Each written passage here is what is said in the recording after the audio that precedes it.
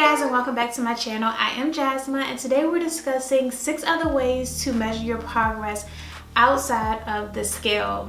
And y'all, I know it is extremely discouraging when you know that you've been working out, you know you've been eating all the right things, and you get on the scale and the number has either increased or it hasn't changed at all, and you're left wondering why, right?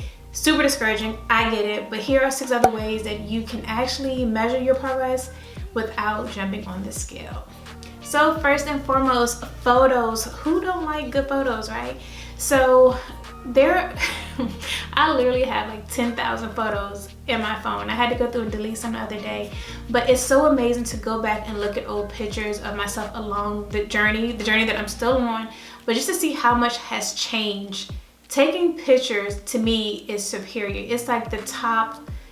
If I had to choose one of my favorite ways to measure my progress, it's literally going to be about pictures, because we don't see on an everyday basis how much our body changes because we are ourselves. We see ourselves every day. But if you grab a photo and you go back and you put them side by side, you make a collage and you see how much you've actually progressed, how much your waist has actually shrunk, how much more muscular your arms have gotten, it is one of the best feelings ever. So take pictures along your journey. Take them as often as you need to, whether that's every day or once a week or once a month. Take pictures often. I promise you, you're going to be so happy when you go back and you see just how much has changed over that time period.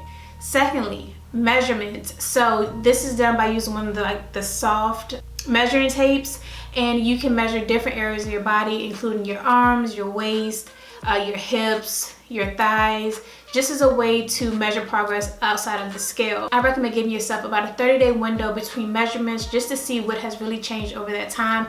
A lot of people say they end up losing inches more so than the number on the scale. So if you're someone who typically you see more in measurements more than the scale, then I highly recommend you stick to that method over believing what the scale says. The third way to measure your progress is your energy level and performance. I think this one is drastically slept on, but like, how do you feel when you get out of bed? How do you feel walking up a flight of stairs? How do you feel jogging? How long can you jog for? How many squats can you do? How do you feel from just walking in the grocery store? These are great ways to measure your progress, because if you notice that after a while, like, hey, I didn't used to could, I don't know, walk up 3 flights of stairs and still feel fairly okay afterwards. I would be out of breath. I would be laid down somewhere. This is a great way to measure your progress as well. As you become more physically fit, or as your heart gets used to certain stresses, or your muscles get used to certain stresses, they don't respond to them the same way. You can do more without feeling so tired. So think about how you are performing when you're at the gym or you're working out. Are you running for longer? Are you running at a higher speed and you still feel all right and it's not stressing you as much? Or just everyday activities. How do you feel walking through the grocery store now? Are you able to do so for a while without having to rest? These are great indication of progress. Number 4, how do your clothes feel? Y'all, there is no better feeling. All right, there are other better feelings, but either way, it is a great feeling to be able to put on jeans that you have not put on in like a year, okay? Because let me tell you one thing. Before the pandemic, there were jeans that I could fit, that I tried a year later that I could not fit, and I didn't understand what was going on, okay? Like, were there somebody that was messing with my clothes or what? Like, I didn't get it. And the opposite is true as well. You might try on something that you haven't had on in 2 years, and honey, it's too big for you. Pay attention to how your clothes fit. Is there certain areas that have gotten looser? Is there certain areas that have gotten tighter? Whatever indication is giving you, take those as progress or lack of progress and use it accordingly.